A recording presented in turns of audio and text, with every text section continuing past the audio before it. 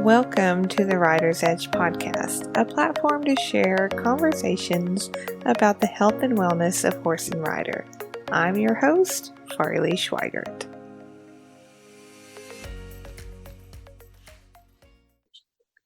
Hey y'all, it's Farley with Rider's Edge podcast, and today I get to have a conversation with both Brandon and Emie Dunn. Welcome, guys.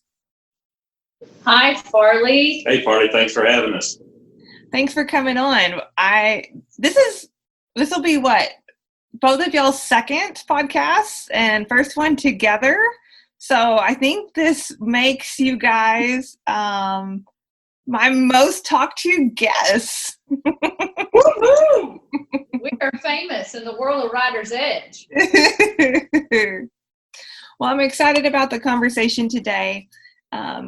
It takes, with social media and everything, we see the glamorous side of rodeo. We see the glamorous side of horse shows. We see the winning runs. We see the best saves and everything like that.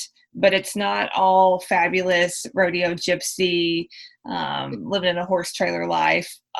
Although that can be fun. Depending upon how many showers you like taking or not. But it takes a team. Nobody accomplishes anything in this sport without other people. And so that's what I'm excited about talking to you guys about is teamwork and how all that works in front of the lights and behind the lights. I think we, like you said, we get so caught up in the social media. Everybody only posts most people post their great things and their great moments in life. And I mean, I'm guilty of that too. And their great runs and their great rodeos. And this rodeo turned out great. And so I think we just want to shine the light on the behind the scenes of, sometimes things just suck. And what you do as a married couple to get through those in life in general and raising kids and rodeoing and wait a minute, things suck. I didn't know this. What are you talking about? I didn't know I was gonna have to marriage counsel this early into the conversation. My husband, the rodeo clown. Yeah. Sometimes it is not always glamorous, and the miles and when you're tired and you're away from home and you want to be home, and when you get home and want to rest, and there's horses to feed, there's kids to take care of, there's houses to clean. It can be overwhelming sometimes. Absolutely. So how do you guys kind of walk us through how you work on balancing it? And the thing is that balance is probably a hard word because it's always a moving target. Because it's probably not ever as balanced as we would like for it to be. I drink a lot.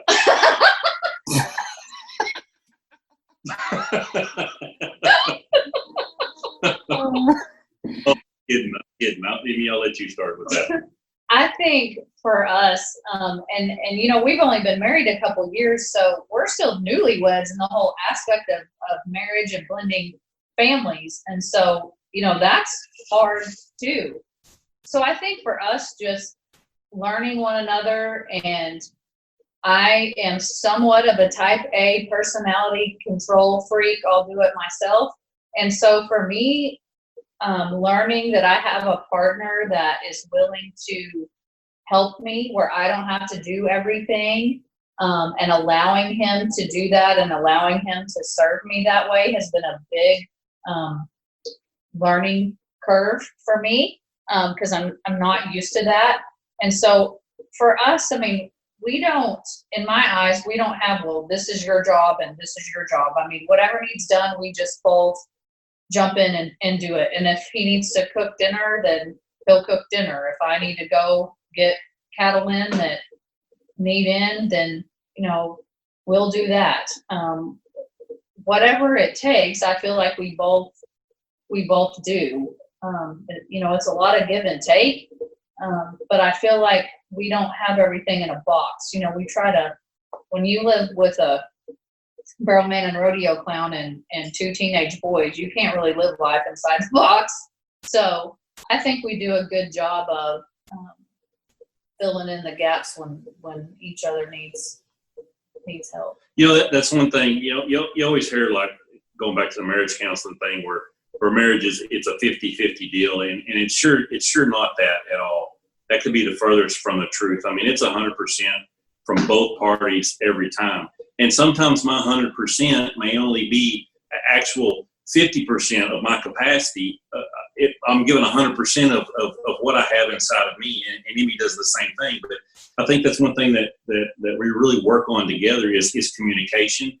I think when you come into the aspect not only of marriage, but just when you're trying to, like Emie said a while ago, we try to balance our act without losing it. And the expectations sometimes, when we put expectations on each other, we expect this or we expect that. And those expectations can be a big letdown. And so I've been blessed, and I'm not just saying it's because my wife is beside me, but I mean, I've been really blessed with Emie because, it's one day at a time, and we roll with those punches. And there's sometimes, in my life, and especially going through the times that we're going through in the last 3 or 4 months, with the shutdowns and, going from 21 rodeos to like having 5 or 6, and then with Emie's barrel horse, and her foot being broke, and just trying to make things work. The things that we expected has not turned out to be like it was supposed to be this year. And so it's kind of been, for me, I get, I don't know, I'm not, what would you call me? What kind of personality would you? Go ahead. Go ahead. Well, I mean, you get the rodeo high, and that's, what you enjoy. So you get your feelings hurt and get let down pretty easy when things don't go like. Yeah, I like to have a plan, like A, B, C, D, and E, and this is the way that it's going to go. And it seems like, we jump from A to D to back to B to C. And that's been something for me that's my whole life. It's been hard for me to wrap my mind around all that, because I like to be somewhat structured, even though I live life pretty crazy and kind of willy-nilly, but I like to have some sort of structure. And in fact, I was talking to Emie today, as from a man's point of view, not only like from an entertainer, let's take the entertainer aspect out of it as far as rodeo goes, but like with the uncertainty of the times right now, it's really hard because, I want to be the band. I want to be a good husband. I want to be a good father. I want to be the provider and the protector from the family. And it just seems like the world is working against you in every aspect of that. And so then I go to second guessing myself. Okay, there's things in rodeo that, as in the entertainer aspect of it, that you have to prepare for. And all the time you're having to either build a better act or get better jokes or get a bigger trailer or do this or do that to get on down the road and to make your job better, because you're only as good as your last performance. So whatever your last performance was, in order to keep that rodeo or get another rodeo, you've got to be better than your last performance was. And then I get these uncertain times like this, and I get split. Do I go and spend the money, or do I get on the road, or how do I better myself, but then not neglect my family and the needs of the family, the bills to be paid, the food on the table. Gotta choke me up. We the idea of this conversation, the three of us bounced around long before we knew what COVID was, coronavirus, any of those other words that have entered our vocabulary. And so it was it's going to be a complicated conversation on whatever term you want to use, the old normal, the regular rodeo, whatever. But I don't think, no matter how you've been affected these few months, there's nobody coming out of the pandemic, out of COVID, without some kind of scar. No matter if you were directly affected or you skate through pretty easy, just like you're saying, Brandon, I feel like all of this has taken everybody's security in one way or shape, form, whether it is how I provide for my family, or is my job secure, or, is my food supply secure, whatever it's made everybody reevaluate their security. And so you have to add that layer on top of um, a hot mess regular rodeo family going 40 different directions every single day. Yeah, that's right. But it's been, I think it's been really good for us though, in a way, because, we're like Emie said, we're pretty much newlyweds, but we're not new to the game. I mean, we're she's almost 40. She's not there yet, but she's almost 40. I just turned 46. So you do learn the value of people, and you learn the value of your spouse and of your kids. That it's not just about me as an individual, or it's not just about her as an individual. And that's one thing about my wife that I'm really proud about, is that she helps balance me out, and she gives 100% all the time, and that teaches me that I need to give 100% all the time. And like I said earlier, sometimes that 100%, it may look different on different days. Sometimes we operate out of a half empty vessel, but we're still giving that 100%, and she's really good at that. Aw. Well, I mean, just like right now, I mean, we went through the whole COVID deal. I work in home health, and it was honestly a nightmare the first few weeks all this hit. Trying to work, trying to get PPE equipment, trying to get documentation done, not going to the grocery store. I mean, Brandon took care of all that. He would go to the stores and take care of everything for me so I could focus on working and getting paperwork turned in and adjusting to the changes that happened. Every single day we had changes in the field multiple times a day. And that was an extremely stressful situation for myself. And I tried not to bring it home to the family too much, but I know I did. But Brandon kind of had to take over a lot of the household stuff during that time.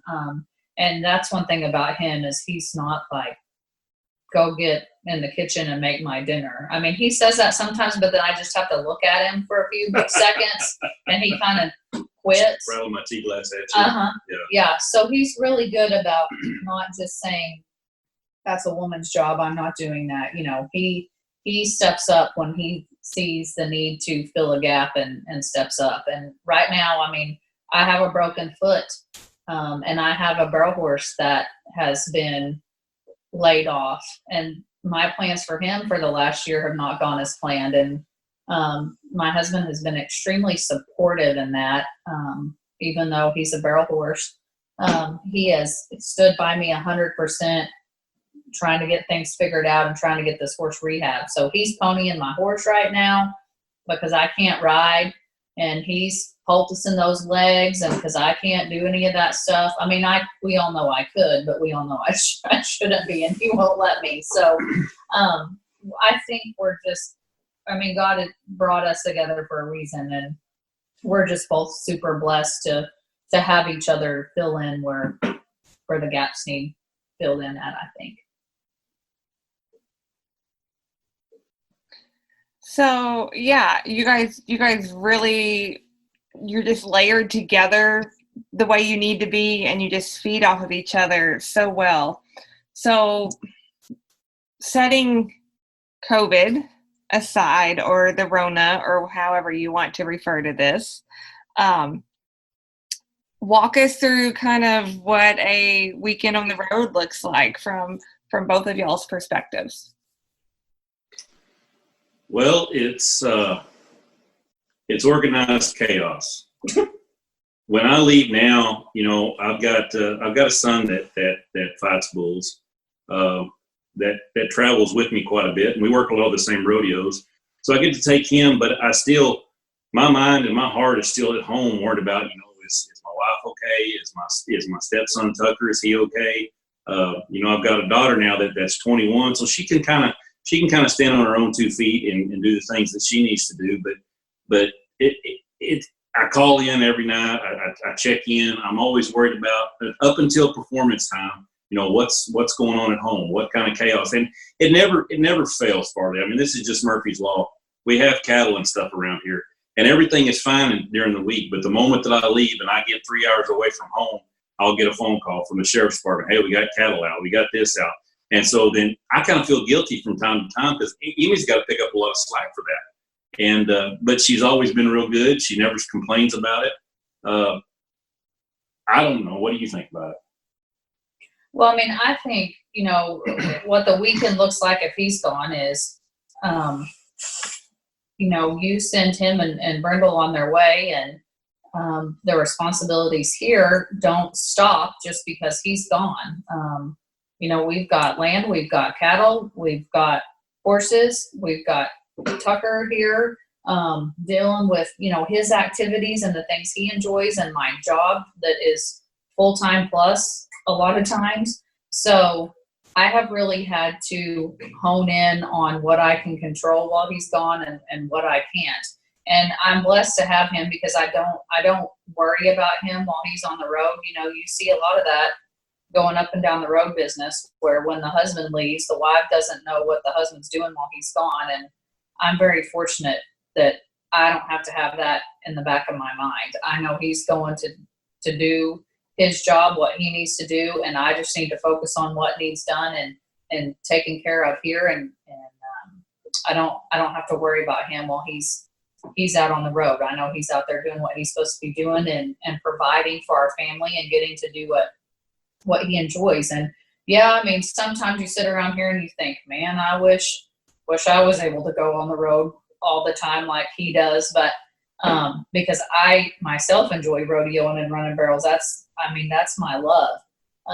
So I've had to just kind of adjust my mindset and say, this is the season that we're in. This is what needs taken care of here. This is your responsibility. And so when I do get to go, I cherish it so much more, I think, than if I was on the road every weekend with him. You know, you don't take those things for granted at all. So like this last weekend, I got to go to Nocona because it's not very far from here, and I surely enjoyed it to get to be there and watch him in his element and watch him perform and just kind of help him, try not to get in his way because he has his routine. So he's very routine when it comes to all of his rodeo performance and act things and all that. So it was super fun to get to be a part of that.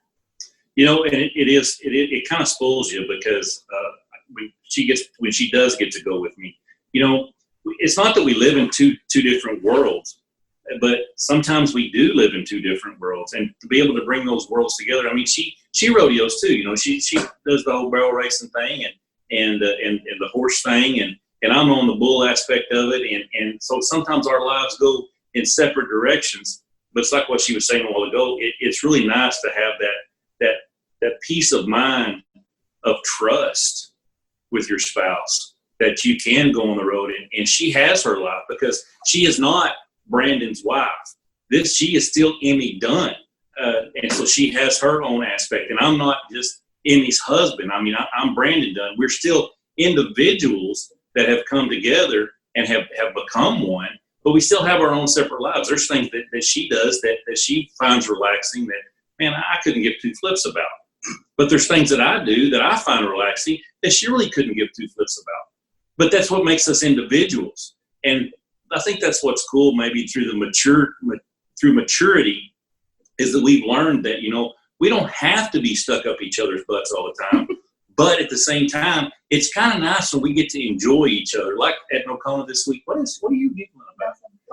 When like in Nocona this weekend, you know, she got to be a piece of my world, but I also got to be a piece of her world because of the barrel racing, her friends that she had there in the barrel racing industry. You know, I got to hang around them, and then she got to hang around all my bull guys, and you know, we got to scratch and burp and just be a bunch of men, and it was cool for us to be able to share that together, and the friends that we've made through doing this, the friends that she's made of mine and the friends that I've made of hers. It's been pretty awesome.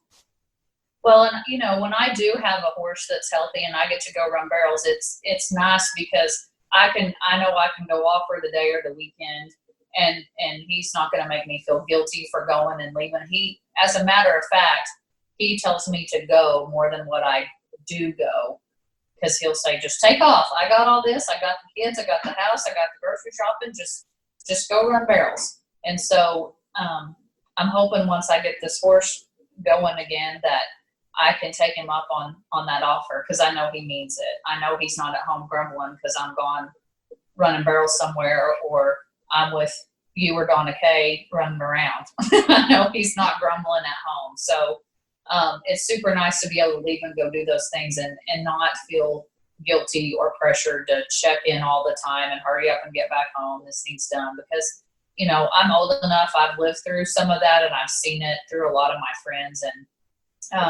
I think we're both just super blessed to be able to have our life that's together, but then to be able to go rodeo in different directions and be okay and high five over the phone and know we're good. High five over the phone. That really kind of describes us a lot. Really. Mm-hmm. I mean, there's a lot of high fives over the phone and blowing kisses through the phone. But, you know, for also being realistic as well. I mean, you know, it's not like we're the perfect couple neither. I mean, we have our knockdown drag outs, and, you know, I tell everybody, they ask me, you know, tell me a little bit about your wife. And I say, man, she is 5'4" and mean as hell. But that's just the way she is. But that's, we're not the perfect couple. We do have our battles. We have our fights. But I think through the maturity process too, though, as we've gotten older and, you know, we're able to work through those things. So I don't want to paint this facade like, you know, we're the happy rodeo couple that never has problems, because we still have bills to pay. We got vet bills. We got doctor bills. We got, you know, all kinds of stuff, just like everybody else does. Did you just say vet bills first? See, there we go. Yep. There we go. He just mentioned the vet bills first. Ding, ding, ding, ding. No, I definitely don't want to paint a facade that we are. Have we ever really had a knockdown drag out fight? Not too bad. Not too bad. I mean, I voice my opinion because I ain't scared to voice my opinion, and neither is he. And we're both hard-headed as hard-headed can be. But we don't stay mad long.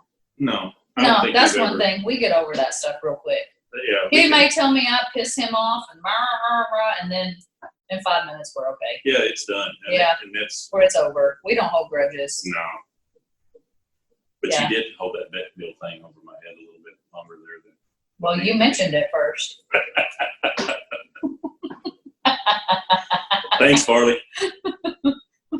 Hey, I didn't even set you up for that one. You just walked through that door all on your own, buddy. You know, I think when you break apart the layers of the whole thing, you know, it has to do with we compromise a lot, but we also we have different dreams, but we share the same vision as well.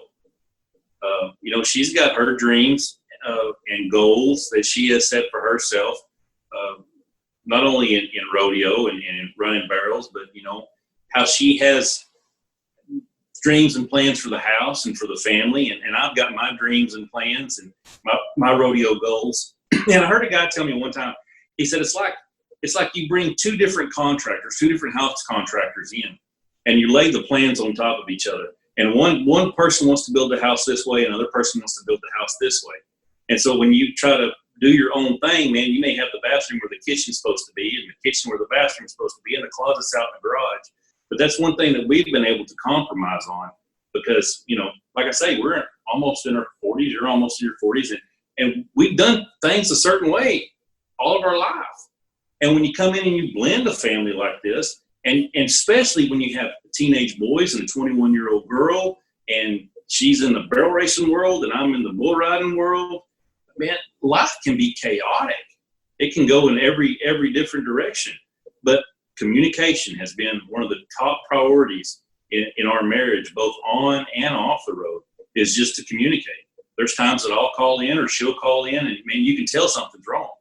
And I'm the kind of guy that, man, if I know something's wrong with her and she doesn't tell me, it just eats me up, and I'll hound her and hound her and hound her until she'll open up to me. Because I think I'm a fixer. I want to fix those kind of things. And that's been a hard thing for me to let go of on the road, is to let it just kind of be what it is and trust in her that she can handle it. I'm not there to fix it all the time, and she can handle it. But she kind of does the same with me as well.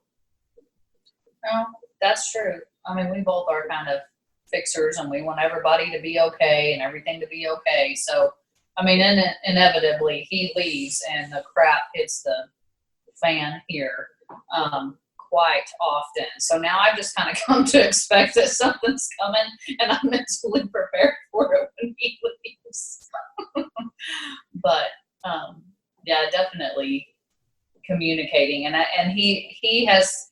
I've had to work on that because I'm not very good at that sometimes, because I don't want to tell you what's wrong while he's 300 miles away doing something. I don't want to tell him that something bad's happened or this happened but he knows me well enough to know when something's not right. So I've learned just to kind of tell him, and then we have our discussions about it and come up with a plan and go on. Yeah, well, we've had several meltdowns over. To be honest, we've had meltdowns like that over the phone. But it's communication. It's something we both get through and share with each other, and it's worked out. It's worked out pretty good. Yeah, the layering and and how it all intertwines. I think as you grow with somebody, that continues to improve.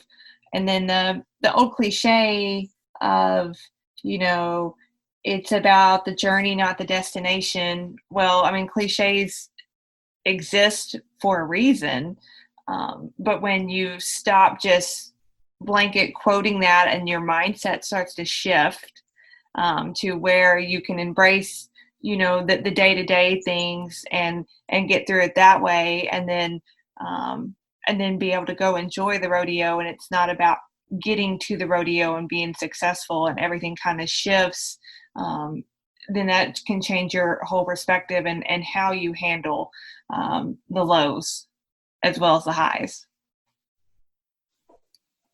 It's funny, and our lives parallel so much. Even before we got married, before we really, I knew Emie back years and years and years ago. I mean, she was just a snot-nosed little kid when I knew her. Her dad and my uncle, they would put on bullfights and bull ridings together, and she was.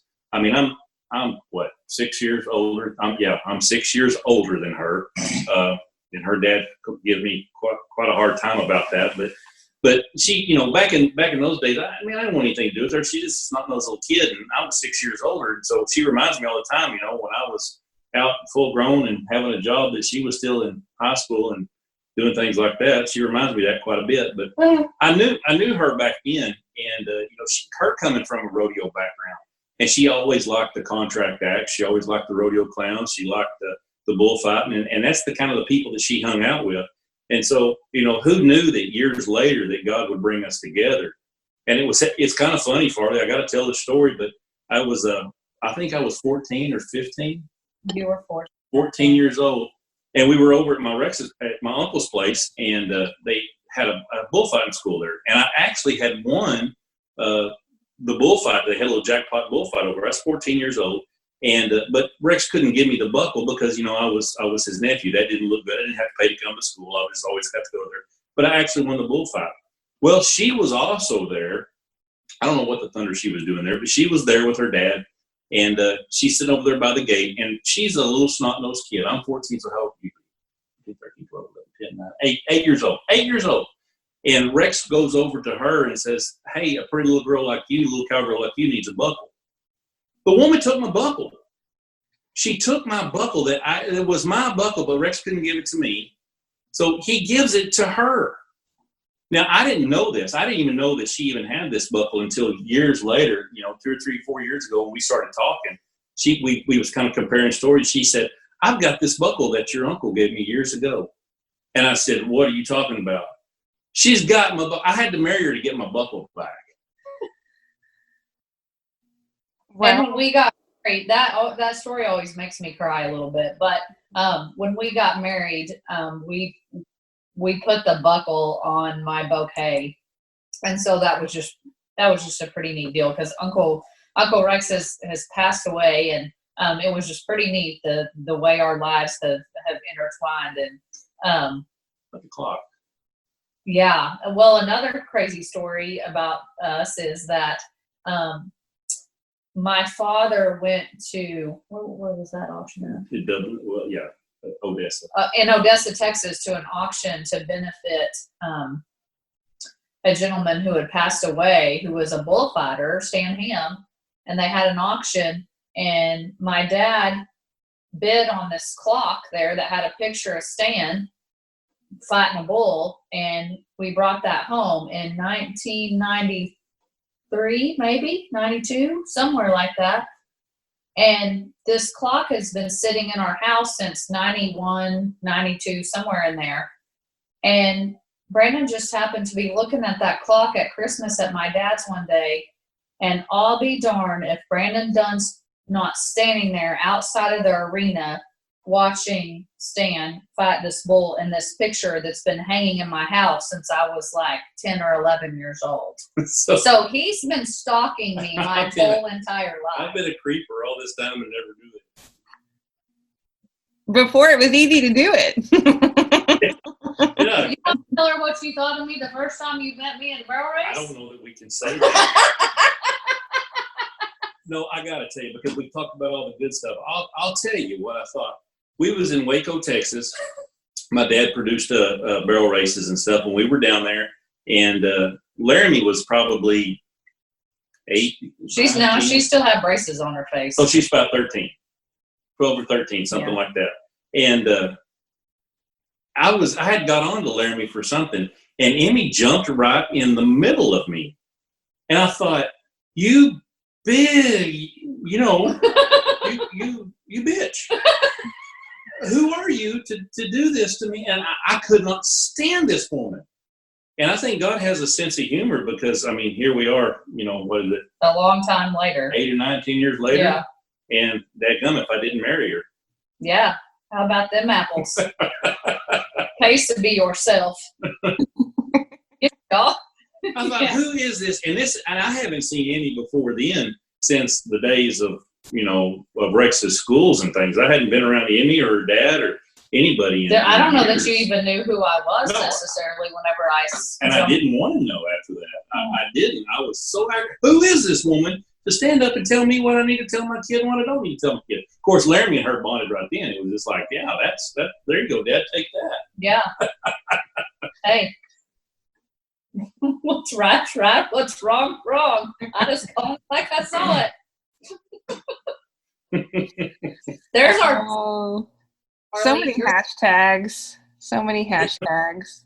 You didn't ask for the backstory, but you just got it because we love our story. You guys know me. My favorite thing is to get people talking and telling stories. That's what I love about this podcast. Whether it's stories and backstories or stories told and teaching. That's my favorite thing in the world. So don't ever say you're not going to marry a cranky barrel racer, because it can happen. But they never wrote songs about that. They wrote songs about running away with the rodeo crown and Daryl in the barrel and all that, but they've never wrote one about a barrel racer. Well, maybe you ought to. I don't know, Brandon, you're going to have to stand corrected. Chris Ledoux has one about a barrel racer getting coffee, and she just goes out and runs around 3 cans all the time. So there is one. Well, they're okay. I'll stand corrected. All sorts of educational stuff on Writer's Edge today. Right. Well, I always said I'd never marry a barrel racer, because my daughter runs barrels, my mother runs barrels. I've been around that barrel race, and I said I'll never marry one. So I guess the fact is, never say never. It'll get you every time. Every time. So let's we've talked a lot today about communication and layering things on. Let's be a little more blunt. Oh. Let's be a little more blunt. Of course, that's coming from me, so that's a little scary. About maybe what you would tell somebody else in you guys' shoes that is in a relationship or even is married and has a family, or what you would tell your younger selves about, trying to, the cool thing about the day and age we live in now, we can learn things from others. That's what's great about stories, so much faster, and propel our own selves forward faster, and maybe cut some of the growing pains down a little bit. So what would you say to somebody, your younger self, or to somebody else? Man, that's kind of a tough question. Really, it's kind of a loaded question because there's so many aspects you could go with that. Some of it I see a lot of young people nowadays that they want to do and to have a relationship and to still fulfill their goals and dreams, but to be in a committed relationship. Let me say that, because there's all kinds of relationships out there, but to be in a very committed relationship is the first one. Is that once you commit to that relationship, that's primary number one. I could not reach my goals without my wife. And I don't think that my wife could reach her goals or reach her full potential without my help as well. And that's where we communicate, we balance each other out in that aspect. And there's another aspect of it too, when two people come together, especially, it's probably that way everywhere, but in the rodeo world especially, because that's what we know, is nobody wants to be controlled. And there's a difference in a relationship when you're on the road between being controlling and just being accountable to one another.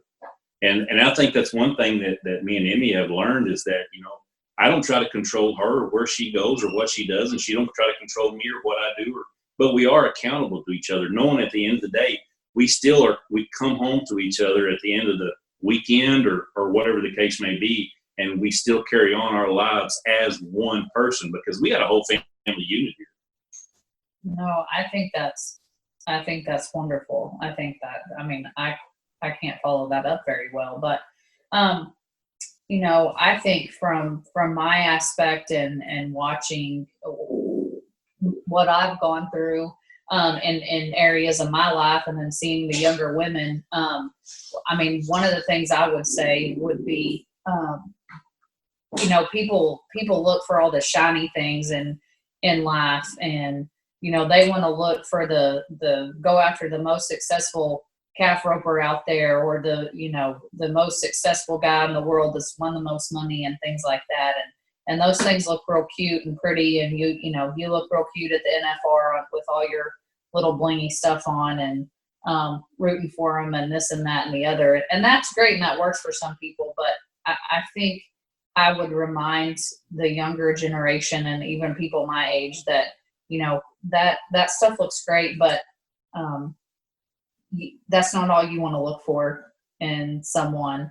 That stuff fades and tarnishes, and those gold buckles don't mean anything at home if you don't have a good relationship. And I'm definitely not knocking anybody that has that lifestyle and that lives that way at all, because we would love to be running up and down the road full time and doing all that kind of stuff. But I think a lot of times, especially when you're younger, you get caught up in the fame and the fortune and those things. And just like right now, what happens when you get all your rodeos jerked away? Is that going to be somebody that's going to have some staying power, or is that going to be somebody that's going to jump up and run because the money's run out and doesn't look so glamorous when you're at home trying to make ends meet and you can't go out on the rodeo road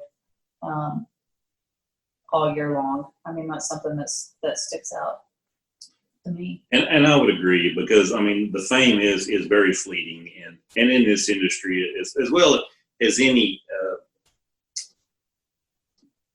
I don't know what the word I'm looking for, but mainstream or something that's in the public's eye all the time. People are looking for that next bigger high, as far as winning this or having your name on this or name on that. And I would just encourage you, man, to grow your roots deep, grow your roots real deep. And that's one thing about this house and living on this hill, is that, man, when we said I do, we planted our roots. And even through adversities and through the turmoils and just the challenges that life gives us, we have an opportunity. Each day we have an opportunity, me and Emie both do, is that do we just let the storms uproot us, or do we just get deeper and deeper and deeper? And I think that's what makes us successful individually and successful corporately, as me and her are together as husband and wife, whether we're on the road or here at home, is that we let our roots run deep, that we can survive the storms. Because like she said, the fame is fleeting. You're here today and gone tomorrow. You're as only as good as your last performance. I know people that, you can name world champions in the bullfighting industry, and these young kids today don't even know who they are. And so one day I'm just going to be a flash in the pan. Something will leave. But my wife and the legacy that I leave behind is more important for me to be tied up in my kids and in my wife, because that's something that's going to be there long after rodeo's gone. Oh, so good. So many good words and conversations today. So, Brandon, as we are, people keep tossing the word around, the rodeo schedule for 2020 has stabilized. I do not believe that is true. But as it's gotten a little bit calmer, what rodeos do you have this summer? Where are you headed? Well, it's actually, I've lost another one today, actually, just today. But I've got a pretty busy 4th of July. I'll be heading to Canadian, Texas. Then the week after that, I'll be going to O'Donnell. And then from O'Donnell, we go to State Fair, Texas. State Fair, Texas, I believe, yes. Yeah, we got the State Fair, Texas there in Dallas. And then Hinton, Oklahoma. Man, I can't remember without looking at my schedule right now. There's a couple of bullfights that are still pending to kind of fill in the dates. I'm hoping to fall back on top of them as the country opens up a little bit more. We've got some bullfights that are scheduled. So, it's been a very trying time, man. It's where the roots run deep, because, it's not all the time I can be able to provide for the family, and not all the time Emie can. So, we just really leaning on each other and trusting God mainly to lead us day by day. Yeah, that definitely. When you go looking at your summer schedule, and I'm like, ooh, this is going to be nice. Brandon's got all these rodeos booked this summer, and, it just kind of gives you a peace of mind financially, where you think, well, all right, this will be good. We'll have a little bit of cushion this summer, and then bam, it's pulled out from underneath you. And that is where your roots need to run deep, and you're in the relationship for the right reasons, and you know that God knew that all this was going to happen before we did, and you continue to trust in His plan and His will, and that He'll work things out the way that they need to be worked out for Him, not necessarily for us, but for what He has planned. And I think that we both love to rodeo, and who doesn't love to have a little bit of cushion in your bank account for a little short time. So I think this has definitely been a lesson in trusting God's plan, and not what you necessarily had mapped out. And that just doesn't go for us. That goes for everybody that's lost their jobs in the oil field and the medical layoffs, and the guys that pro rodeo, that's the only income that they're normally used to. So I think this has been a trying time for a lot of people, and I know I've seen it, that there's been a lot of relationships that have really suffered during this time. And that's what I would tell a lot of folks out there is build your house on the solid rock and dig the roots deep. Don't build it on something that's ever shifting and changing, that's not going to hold up. And sometimes, I think to kind of follow up with what Emie's saying, that's one of the big key things is what is your foundation built on? No matter if it's rodeo or if it's marriage or oil field or whatever it is, what is your foundation built on?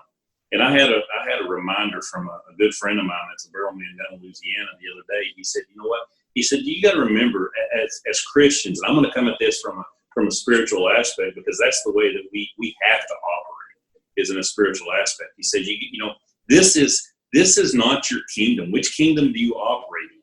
Because God wants what's good for you.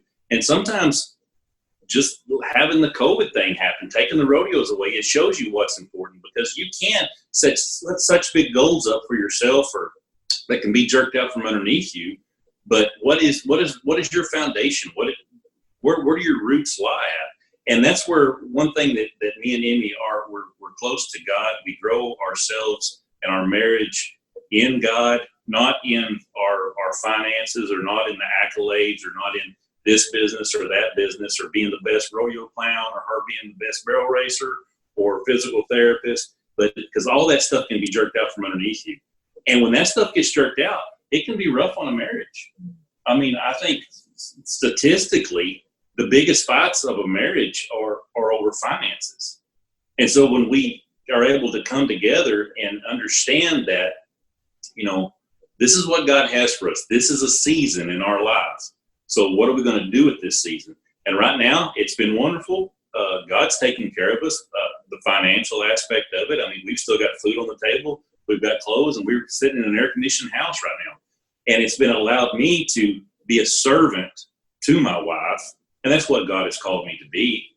And so as she's going out, and she has been like the main provider since these rodeos have been shut down, she's been the main provider, but it's allowed me to serve her in a capacity where I can go to the grocery shopping. I can cook meals. I can run kids here and there. I mean, there for a while, I was homeschooling the kids. Mm-hmm. And it's okay. It's okay. That's what I'm giving my 100%. But now I can. Well, Emie, she's tired and she can't give that 100%.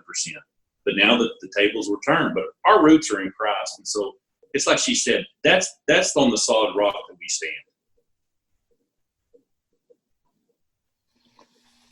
Oh, it's so good. So good. Oh, Brandon, if people want to follow your rodeo clown funny business, where do they catch you at? It's on Facebook. It's Brandon Dunn, professional rodeo barrelman and entertainer. On the Facebook page, they can just follow me there, and they can get looked up and see where we're going to be from rodeo to rodeo and the new annex and stuff that's coming out. I think any way they want to get a hold of me, they can reach me right through there. And if anybody wants to reach out to Emie, you can just message her on Facebook. She's so good. Yeah, I'm on the Facebook, or I am at the vet's. I mean, either way. Catch her at the vet's office. Catch me at the vet's office. Or the orthopedic doctor right now. Either way. The GoFundMe page. But I am under Emie Dunn on Facebook. Good. Well, I want to thank you both for taking time to have a conversation with me today. I think there were so many good quotes out of today, and so many great points. And probably the last one that's really sticking in my mind is, what is your foundation? So thanks for showing us where our foundation needs to start. And I'm sure we will have other great mind-bending conversations in the future. Well, thanks for having us, Farley. Yes, Farley, thank you. And I hope we don't have to talk about vet bills on the next one. Well, this is the Writer's Edge podcast, where we try to decrease vet bills. So vet bills are always in the conversation. Oh, Farley's going to have to help me rehab this foot. So that'll be tough. The only thing is I can't, there's some of my tools don't work through the Zoom. Can train Brandon. Oh, thank you guys so much for coming and hanging out with me. Thank you. Thank you. Thank you for listening to Writer's Edge Podcast. For show notes and other thoughts, head over to writersedgetherapy.com. If you would like to stay connected and continue the conversation, head over to my free Facebook group, Writer's Edge Health and Wellness for Horse and Rider. Thanks for continuing the conversation, and as always, I will see you down the road.